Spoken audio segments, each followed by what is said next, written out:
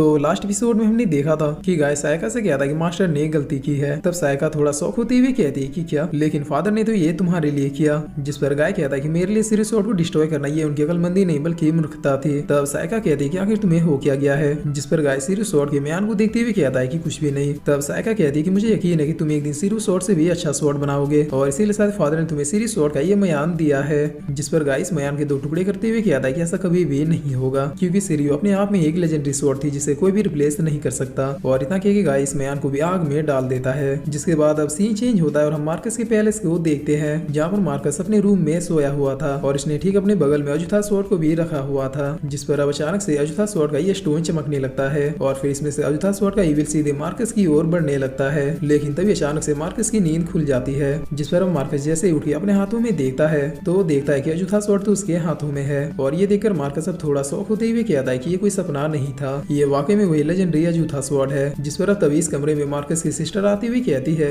कि ब्रदर आखिर और तुम कितनी देर तक सोओगे, हम लोग कब से डाइनिंग टेबल पे तुम्हारा वेट कर रहे हैं। तब मार्कस भी ओके कहते हुए अब रेडी होके डाइनिंग टेबल में पहुंच जाता है, जहाँ पर अब मार्कस की मदर मार्कस से पूछती है कि आज मैंने तुम्हारा फेवरेट डिश बनाया है, इसीलिए अब जल्दी से टेस्ट करके बताओ कि तुम्हें ये पसंद आया या फिर नहीं। जिस पर मार्कस की सिस्टर भी कहती है कि ब्रदर ये ट्राई करो, ये तुम्हें बहुत पसंद आएगा। और फिर मार्कस के फादर भी कहते हैं कि बेटा हमें तुम पर नाज है। तब मार्कस अब चिल्लाते हुए कहता है कि बहुत हुआ। जिस पर मार्कस के फादर कहता है कि बेटा क्या हुआ, क्या तुम्हें कोई प्रॉब्लम है। तब मार्कस अब बहुत ही जोर से चिल्लाते हुए कहता है कि मैंने कहा बहुत हुआ, मुझे और झूठे सपने नहीं देखने। जिस पर अब हमें पता चलता है कि अभी तक हमने जो देखा वो मार्कस का इल्यूजन था। दरअसल मार्कस का पूरा फैमिली एक कार एक्सीडेंट में खत्म हो गया था और उसी एक्सीडेंट में मार्कस के पैर भी पैरालाइज हो गए थे। जिस पर अब मार्कस बहुत ही ज्यादा रोते हुए कहता है कि आखिर मैंने किसी का क्या बिगाड़ा था जो गॉड ने मुझसे मेरी पूरी फैमिली और मेरे दोस्त भी छीन लिए। और फिर मार्कस एक इविल लुक देते हुए कहता है कि आज तक जिन लोगों ने मेरे साथ बुरा किया है अब मैं चुन चुन के उन सब से बदला लूंगा। और ये कहकर मार्कस अब इस स्वॉर्ड के साथ कुछ रिचुअल्स को परफॉर्म करने लगता है। जिसके बाद इधर हम सिसोदिया के हेडक्वार्टर को देखते हैं, जहाँ पर ये लेडी मिकी को मार्कस के बारे में सारी जानकारी दे रही थी कि आखिर किस तरह से उसका पूरा परिवार खत्म हुआ और वो भी एक अपाहिज बन गया। लेकिन ये लेडी मार्कस के बारे में थोड़ी और जानकारी देती हुई कहती है कि जब मार्कस कॉलेज में था और ये एक्सीडेंट नहीं हुआ था तब उसे एक लड़की से प्यार हो गया था जो उसकी बेस्ट फ्रेंड थी। लेकिन जब मार्कस का एक्सीडेंट हुआ और वो कई महीनों तक हॉस्पिटल में रहा तब मार्कस के एक बेस्ट फ्रेंड ने उस लड़की को प्रपोज कर दिया। और कमाल की बात तो ये है कि वो लड़की भी मान गई। जिससे सुनकर मिकी कहता है कि मैंने कभी सोचा नहीं था कि उस लड़के के साथ इतना बुरा हुआ होगा।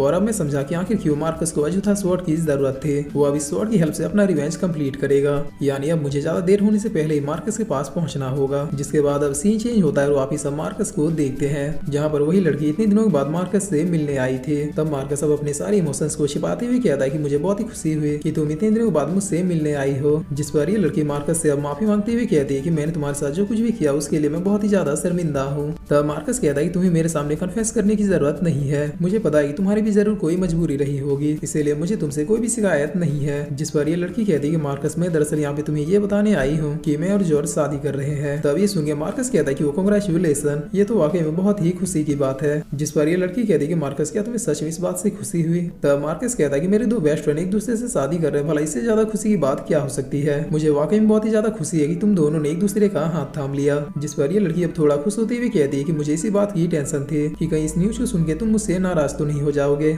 मगर अब तुमने मेरी सारी टेंशन दूर कर दी है। तब मार्कस कहता है कि अच्छा इन सारी बातों को छोड़ो और ये बताओ कि मैं तुम लोगों के वेडिंग पार्टी में इनवाइट हूँ या फिर नहीं। जिस पर ये लड़की कहती है सॉरी मार्कस, लेकिन जॉर्ज चाहता है कि ये वेडिंग प्राइवेटली हो। तब मार्कस कहता है कोई बात नहीं, तुम लोगों की वेडिंग हो रही है इससे मैं बहुत ही ज्यादा खुश हूँ और गॉड से मैं यही प्रे करता हूँ कि तुम लोगों की लाइफ हमेशा खुशियों से भरी रहे। जिस पर ये लड़की thank you so much Marcus कहते हुए यहाँ से चली जाती है। तब मार्कस भी अपनी खिड़की के शीशे से इन दोनों को छिप छिप के देख रहा था और देखते हुए बहुत ही गुस्से में अपने फ्लैशबैक में इन दोनों के साथ बिताए हुए पलों को याद कर रहा था, जहाँ पर मार्कस इन दोनों को अपनों से भी बढ़ के मानता था। तो गाइस मार्कस की स्टोरी से हमें ये सीख मिलती है कि अगर आपकी कोई गर्लफ्रेंड है तो उसे हमेशा अपने मेल बेस्ट फ्रेंड से दूर रखिए, क्योंकि भरोसे वालों के पास भले लड़कियों की लाइन ही क्यों न लग जाए लेकिन वो आपकी वाली को भी जरूर ताड़ेंगे। और अब इन लोगों की जाने के बाद मार्कस अपने आप से कहता है कि तुम लोग बस मेरे रिवेंज का वेट करो, मैं तुम जैसे गद्दारों को एक बहुत ही खौफनाक मौत दूंगा। तब मार्कस कितना कहते हैं हम देखते हैं कि उसके पीछे से अजुथा स्वॉर्ड का ईविल अपेयर होता है, जो मार्कस से कहता है कि तुम बस मुझे अपने हाथ में थामे रखना, मैं उन सबको खत्म कर दूंगा जिन्होंने तुम्हारे साथ बुरा किया है। और अब सीन चेंज होता है और इधर हम सायका को देखते हैं जो कि स्कूल से वापस आ रही थी। तब यहाँ पे वही आदमी आते हुए कहता है कि वेलकम बैक मिस, आज भी मुझे मास्टर ने आपको लेने के लिए भेजा है। तब सायका भी ओके कहते हुए इसके साथ जाने लगती है, मगर तभी इस भरोसे वाले का ईमान डगमगा जाता है और ये सायका से अब डबल मीनिंग में कुछ बातें करने लगता है।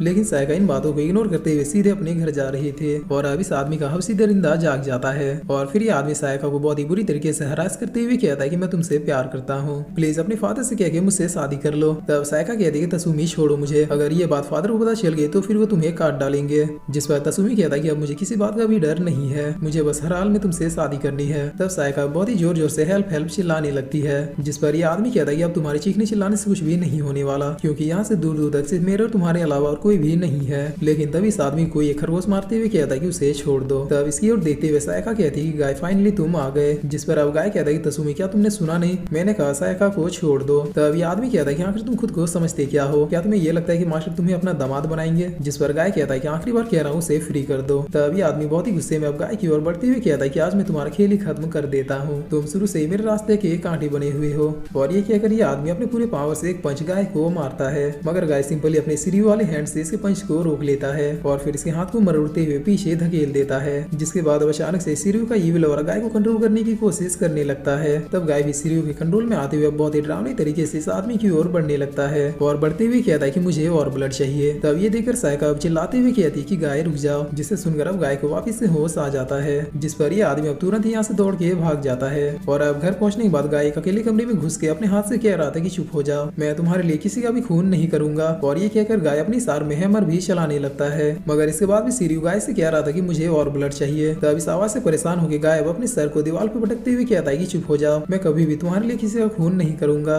जिस पर तभी यहाँ पे सायका आके गाय को रोकते हुए पीछे से हक कर लेती है। तब अचानक से सीरियो का आवाज भी आना बंद हो जाता है। तब सायका कहती है कि डरो मत, मैं तुम्हारे साथ हूँ। जिसके बाद अब सीन चेंज होता है और हम चर्च का सीन देखते हैं, जहाँ पर ये पादरी इन दोनों की शादी करवा रहा था और ये दोनों भी बहुत ही खुश होकर सारी चीजों में यस यस कह रहे थे। मगर तभी यहाँ पे मार्कस आते हुए कहता है कि सॉरी, मैं यहाँ पे बिन बुलाए ही आ गया। तब मार्कस को देखकर ये दोनों अब बहुत ही ज्यादा शौक होते हुए कहते हैं कि मार्कस तुम भला यहाँ पे क्या करने आए हो। जिस पर मार्कस अंदर आते हुए कहता है कि मैं तो बस तुम दोनों की खुशियों में शामिल होने आया हूँ। और ये कहकर मार्कस अब अपने पैरों में खड़ा हो जाता है। तब ये देखकर इन दोनों को अब डबल झटका लगता है। जिसके बाद अब सीन चेंज होता है और हम सायका के हाउस को देखते हैं, जहाँ पर एक लेडी एक वेपन को लेके आई थी। तब ये सर्वेंट कहता है सॉरी मिस, लेकिन अभी मास्टर घर पे नहीं है। जिस पर ये लेडी कहती है कोई बात नहीं, ये वेपन तुम अपने मास्टर को दे देना, वो इस वेपन को देखते ही समझ जाएंगे कि ये क्या है और उनसे बस ये कह देना कि मैंने इस वेपन को साफ करने के लिए कहा है। तब ये सर्वेंट भी इस वेपन को लेते हुए ओके कहता है। जिस पर अब इधर हम इन लोगों को देखते हैं जो कि मार्कस को देखते हुए बहुत ही ज्यादा शौक होकर कह रहे थे कि मार्कस क्या तुम चल सकते हो।